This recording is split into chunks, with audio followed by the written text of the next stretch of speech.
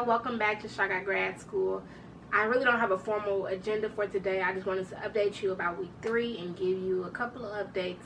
Again, I'm still trying to secure down my committee people, and if you didn't see last video, it's pretty much the people who will be guiding you through your process for a project or a thesis, but they'll be the ones that's checking your work, giving you the tools, but you have to be able to seek out those people first. So maybe I should go a little bit more in detail into how to find people for your committee.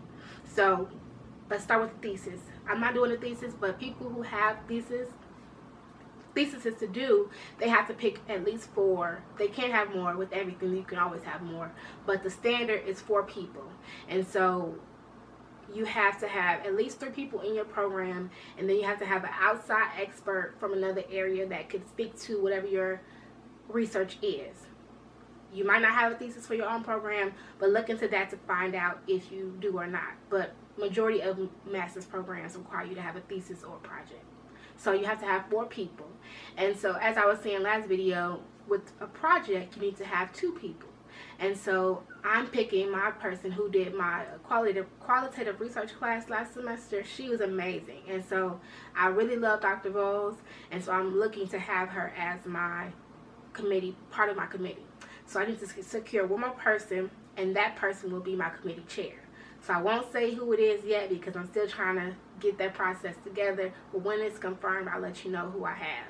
So I'm definitely trying to get Dr. Rose, but you have to have 2 for a project. So when deciding who I wanted to be on my committee, I already took a liking to Dr. Rose because she's just really sweet. And she taught me about qualitative methods, which is pretty much talking to people, learning styles, and not just doing the numbers of quantitative.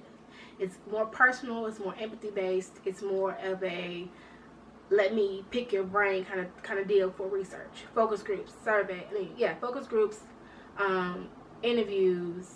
We learned all that last semester now, but what I'm focusing on for my research is semi-structured interviews, and so that's going to be my primary focus. But it all involves talking to people, dealing with people, and understanding that thought process. Ethnography is a qualitative method, but just going through and talking to people, and that's something I could not get with quantitative. And I'm a very people person, so I was naturally drawn to qualitative methods over quantitative.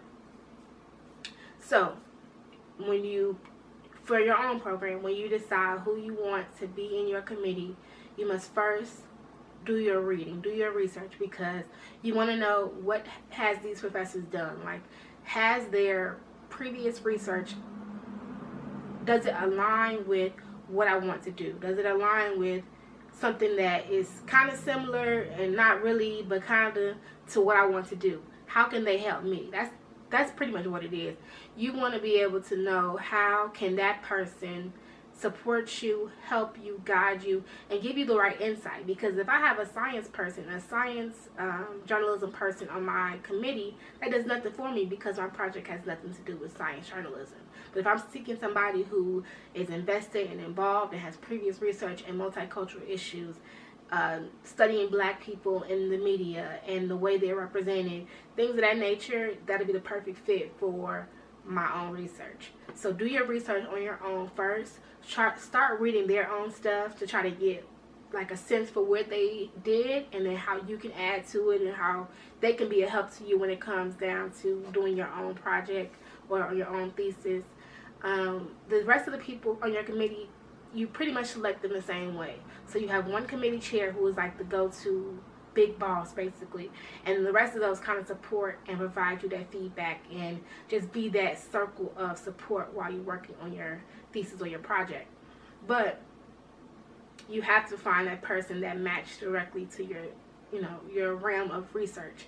And it could be hard because it's basically a competition between the students, because we're all trying to get somebody on our committee.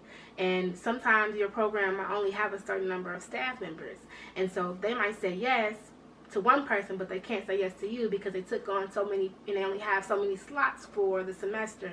So it's best that you ask early for your research committee, and that you know if they're going to be a good fit for you, because sometimes the research is good, but the attitudes might be messed up, or they just can't commit to you like you want to be committed to. So you want to have somebody that is invested in you as a student first, as a person first, that can say, I like this person, we work well together as far as our mannerisms, as far as our attitudes, and then to say, I can help her or help him with the work aspect. I can guide him, I can give him resources, I can do everything in my power to be that person for this project or this thesis.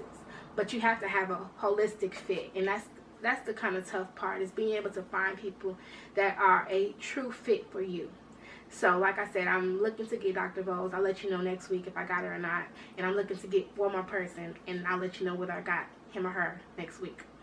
But pretty much just really do your research, understand what they do so that they can help you.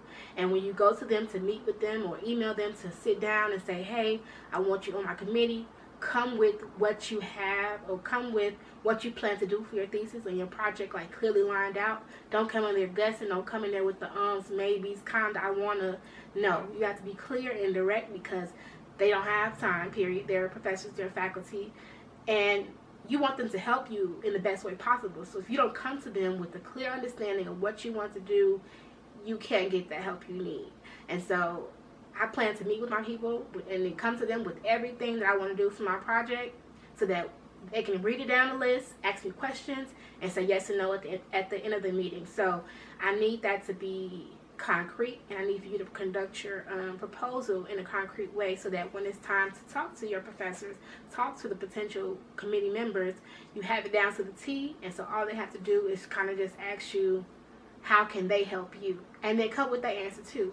How can they help you further? I know for Vol, she's going to give me critiques on what type of interview style is going to be best for my research. And with my other potential person, he or she has the expertise to, especially in this area that I'm going into, to say, this is what you should dive into. This is the type of questions you should ask, and this is what you should do to get this result. So that expertise on both ends, whether that's the topic and the research method side. So find that for your own program, and you'll be okay. You'll be fine. So as always, Char'Nese Grad School, the purpose is to show you that grad school is possible by using my experience as your guide. I'm going to mess up. I'm going to make mistakes, and I'm going to take my time with it, because it's a journey, and I'm not going to be done.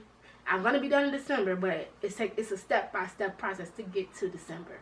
So use me up as your resource. That's my goal. It's you to ask me and let me guide you, because it's hard. Getting here is hard once you get here. And I just want you to do well when it's time for you to be where you want to be. So I appreciate you watching, and I will see you next week.